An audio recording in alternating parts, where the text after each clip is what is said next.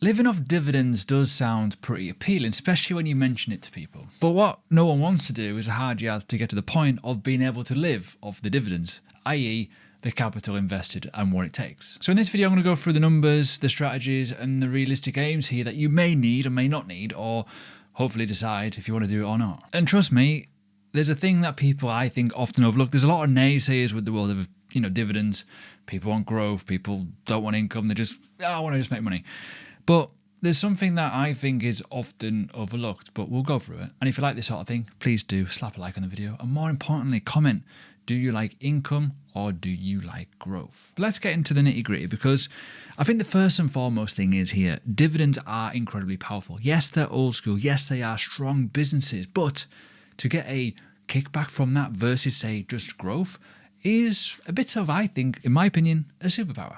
But I think they are, for me, I could say this quite often, they are misunderstood. People chase high yield. They go for the high yield stuff. Even now, there's like providers like 21 Shares that do high yield income kind of machines, essentially. But they have some elements of issues with them. But that comes to the second issue. You may actually ignore total return and go for something that performs maybe 2% per year, but gets a 10% dividend versus, say, something that does maybe, 10, 11, 12, 30% continuously over the course of years in growth return, but they actually pay a much smaller yield. But I do think the final one and the most obvious one is people underestimate massively how much capital is required to earn a decent income off dividend investing. So essentially what we're going to do here, we're going to, instead of guess, we're going to prove via the calculators what you need. And we can compare this to other investment vehicles. We could talk about yield with property. How much and how many properties do you need to earn a living off your properties? You need probably 7 or 8 different types of properties, a lot of capital at risk, and obviously debt. Dividend investing, it's a bit different. Instead of throwing numbers at you, we're going to go through my calculator, which you can get on the website in the link below. Investment calculator. We're going to keep it simple. We're not going to go for individual dividend growth stocks because it will kind of bamboozle the experiment a little bit here. The first level is called Life Boost. Basically 300 quid a month, roughly give or take, and I'll showcase it why. So it's £120,000 you need for that. If you're doing it over a time period of 1 year to just see what it is, with an annual growth of 7% and a dividend yield of 3%, that is actually what it is, roughly give or take, obviously with the growth on it. If you want to just do it strictly, I want to see how much income I'm going to get, it's that. Obviously, there's going to be growth on top of it. But ultimately, £300 a month is quite a good little chunk, isn't it? If you get a state pension or if you got your own SIP and you want to make a bit more on the side through, say, a stocks and shares ISA, tax-free, it's not bad. And you can also just reinvest that if you so wish to, right? However, yes, you do have rough average growth, which you may actually get a growth on top of that, and you can then draw out of your dividends and still potentially earn even more. Potentially, that's one side of it, but we're not going to go too deep right now. However, let's look at another scenario, because yes, you get the exact same amount here, obviously, with 90 grand with a 4% yield. Obviously, yield is going to change massively as dividends change, if the price changes or if something goes wrong, whatever it may be, depending on what you are investing in. More often than not, a fund. And if you like a bit more risk and less capital to play with, 5% yield, well, you can see it's, again, roughly £300 income. This is going to be a contentious one, and I can see it. Feel free to comment below if you're interested. But debate this. 450 grand is a lot of money, right? I know. But if you're talking about getting your bills covered, you could be talking that realistically at 4% yield, 1,500 quid, give or take. This is where essentially it starts supporting you. As an investor, it's a massive, massive thing. This is essentially what I think, anyway, is my personal opinion, the stocks and shares ISA is brilliant for, because you can draw little bits and those little gubbins money without any tax, without worrying about it. Your SIP will do the rest of it. You can draw off that tax-free if you wish to underneath the bracket as well, if you've been paying into that all workplace pension. But I know you're already winting. I can see it. That's a lot of money. But as I say, over a period of 20 years, and we'll talk about situations of how to do this, that is quite achievable if you just divide it over a period of, say, 20, 30 years. Obviously, with growth factored into that, it's going to help. You get the idea here. Now, the financial freedom, 1.2 million quid, I know, At roughly 4% yield is £4,000 dividend income. And I know people in the comments are going to go, well, in 20 years' time, the cost of living, yeah, I know 1.2 million probably isn't enough to scratch your ass these days, but you get the idea. But this is the point, right?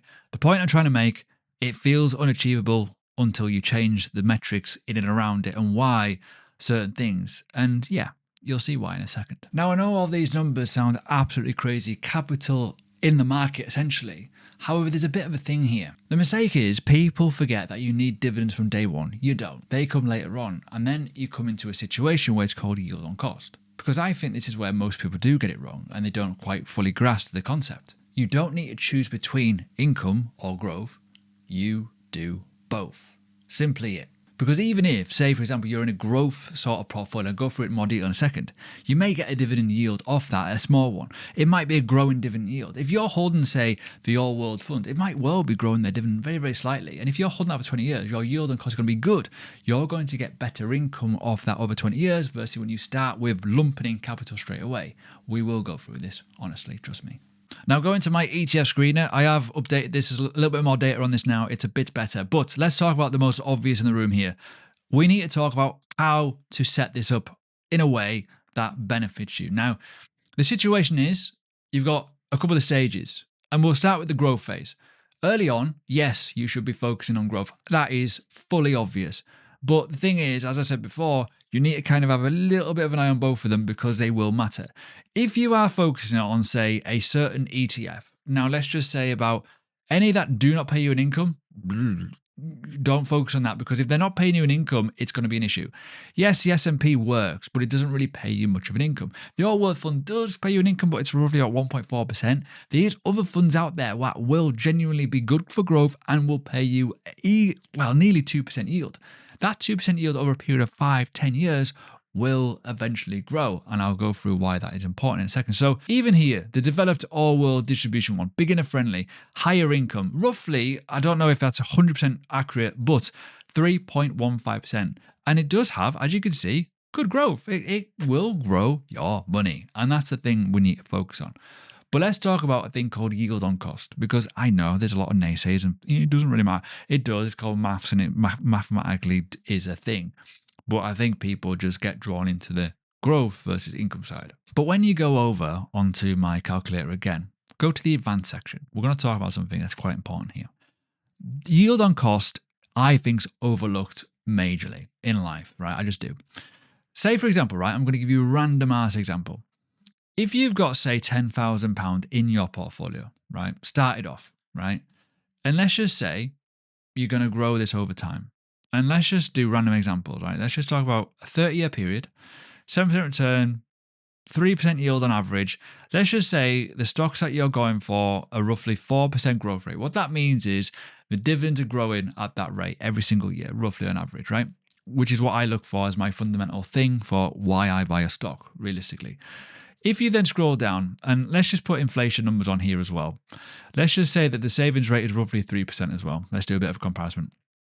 Over the course of time, that £300 a month, starting off with only £10,000 in your account to start off with, is going to give you the desired results, an 18.93% yield on cost. Why? Because those dividends are growing, you're reinvesting, and the portfolio is growing on top of it. So what happens over a course of periods of time, you are going to get a situation where, as you can see very, very clearly, even with the inflation, your savings rate is doing pretty much the exact same roughly numbers of what estimated inflation is. So you're standing still essentially. But what happens with your portfolio? It gradually starts to grow and get going. And when you scroll down, you'll start to see the dividend snowball. By year 13, 14, you start seeing the income rise. And I know it takes time, but this is why you focus on both of them. Because if you start focusing and then you're getting profit or whatever, and it's getting put into those dividend funds, you're going to accelerate it even more. Which again, you can see the situation. You don't need loads of money to do it. You just need good yield on cost and time to do it. So don't focus just on growth and then lump because you're going to get the lowest yield.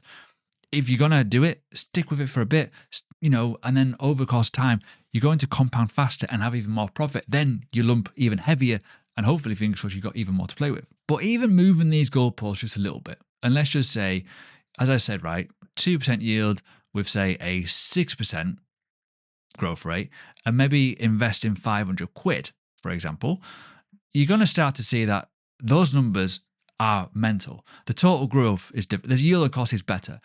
Overall, you're getting it quite nice because the metrics are you don't need loads of money invested, 190 grand. The growth's done the hard lifting, the yield on cost is doing the rest of it, and that income is getting reinvested.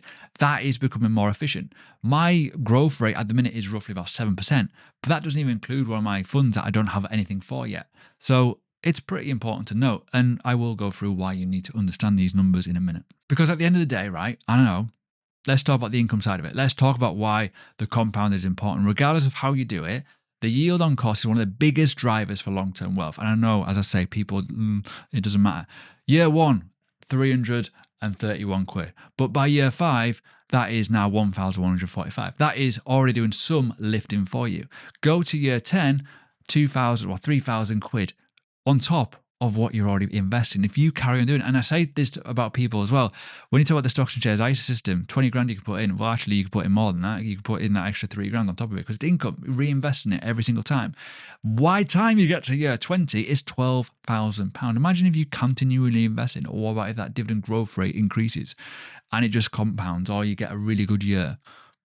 You know what I mean? It's crazy. And then, as you can imagine, by year 30, £40,000. I know, time's a matter thing here. Obviously, it's huge, but you get the idea. But as I've talked about before in previous videos, if you do just pay it out, you lose. Look at that. Reinvesting, it costs you 6 figures, 112 grand. So understand that sometimes you don't need loads of capital. You just need a bit of time and to set it up in the right way first. Obviously, focus on the growth. But as I've alluded to it, there's ETF funds out there that pay 2% yield. Over 5 years, over 10 years, over 20 years, that yield on cost will increase if they're growing those dividends or if it's a solid fund. But also, I mentioned at the start of this video as well, there's like 3 common mistakes. And we're going to talk about the simple framework, right? It's build, obviously. You've got compound, yes. And you want to eventually get to a point of extraction where you're taking that money out. Regardless of if you're in a workplace pension or a SIP, the stocks and shares ISA will do some of that tax-free for you if it's set up correctly. But let's talk about the big mistakes, because on the screen is Snowball Analytics. I talk about this all the time. I love it to bits. But people don't understand their full-on portfolio. What they do the 3 obvious mistakes, right? They chase the high yield, as I've alluded to it, right? They go onto like platforms like this. They go into dividends. They buy them. And they're like, it's only 3.6% yield. My yield on cost is now 3.89. As you can see, some of them are growing quite nicely. The situation is people go down the massive rabbit hole. I want the biggest yield. That is not usually the situation, because most portfolios that have high yield, and I'll showcase one in a second, bear with me, just tank. So for example here, we're on Lightyear. Lightyear is a fantastic little platform. If you go to the high percentage ones and something that you may not have realistically heard of, or you may, actually, you may look at Card Factory, right? Card Factory is a good example here. As you can see, Card Factory over the period of the last year is down 28.25%, right? The UK market is not that bad. The FTSE 100 is actually doing pretty well, right? But as a lower market capitalization asset, it's got quite high yield, which I get it. But over the course of 5 years, it's not really done much at all. It's actually down over 16.5% over the period of 5 years. It's doing shit. Even year to date, awful. Maximum downloads, right? Just because it's paid an income doesn't mean it's good, right? So again, you look at all the metrics and all the growth CAGR. The growth CAGR of the dividend is, the earnings is awful. Like yield is high. They're not even growing their dividend by the looks of it. So it's pretty awful. So yeah, Card Factory, great for your cards. Maybe to invest in, no. But that also compounds with mistake number 2, as I've alluded to it, ignoring that total return. That is the total return. Dog shit. And the final thing, not using a stocks and shares ISA, a non-negotiable really. As much as I don't have anything in this one, I do have it for business side of it. I use trading 212. You need it for the tax efficiency. Don't buy the US stocks though, because you're going to lose 15% of your dividend. That will disrupt your compounding massively. But my portfolio is designed for 2 purposes. It isn't just for dividends. I don't know, people are like, oh, but you're not on growth. Look at that, right? And I know you can't see some of it because my head's in the way. But what I will say is this. I have 7% dividend growth, and my overall capital portfolio gain since like this has been reset, 4 months ago now, pretty much, it's up 8.16%. Obviously, some funds are doing the heavy lifting, but they're quite new. Some of my individual stocks, for example, so give you an idea, Drax is up 20%, Tesco's up 10%, Mighty's up 20%, and Coca-Cola HBC is up 20%. I've not held them for longer than a year, realistically. This is a brand new portfolio. So already I've got growth, it's got good income, and it's pretty balanced. It is income generating, yes, and it is also growing at the same time with individual stocks, with growing dividend yields that are not crazy. It is working, but it's taking its time, and it will take its time, and I'm happy with that. But I get it all the time, and even on X, right? I'll showcase something for you. Bear with me. People are like, oh, but if you just bought the S&P 500, you'd outperform. No, my portfolio since the beginning of the year is up 6.15% versus the S&P 500. It is fine at the minute. Yes, it's not going to be perfect all the time, but everyone assumes the obvious with dividends. Oh, you need loads of money. Oh, you're not going to get much growth. Oh, it's not going to work out. Realistically, right now, absolutely fine. No dramas at all. But if you are genuinely starting today, keep it simple and just stick with an ETF to start off with. Stay consistent and just have it going into it. Well, I need to have capital every single month. Reinvest those dividends without fail. Focus on growth more than the income, but do have a little eye on it, and then transition later into it as you gradually get older. Now, dividends realistically is not the goal. The goal is financial freedom. The goal is to be able to reinvest those dividends and to compound your wealth without having to put more of your own money in, which is where I think people get it wrong. They take their money out too early, they don't let it compound, and they just buy essentially the wrong things. But if you do want more help, there's a link below to the Plus plan on my website. Basically, you can get it for cheap, it's pretty good, but you get AI tools to help you, a course, you get portfolio insights, and behind the portfolio exclusive content. The situation is I am working pretty hard now to get some more data. Once that data comes in, those tools will elevate even more. So this found-in price that you have, which is actually quite cheap, realistically, will be off soon. So don't delay. It's quite an expensive little build, this, but I'm really enjoying it. There is also, I know, a free membership. This is where you get your ETF screeners and all the kind of stuff in a basic course, not to mention the newsletter and get it this way, the budget planner. If you budget shit, you're not going to be very good neither. But what will help you, hopefully, is watching this video here, and this will make it much easier.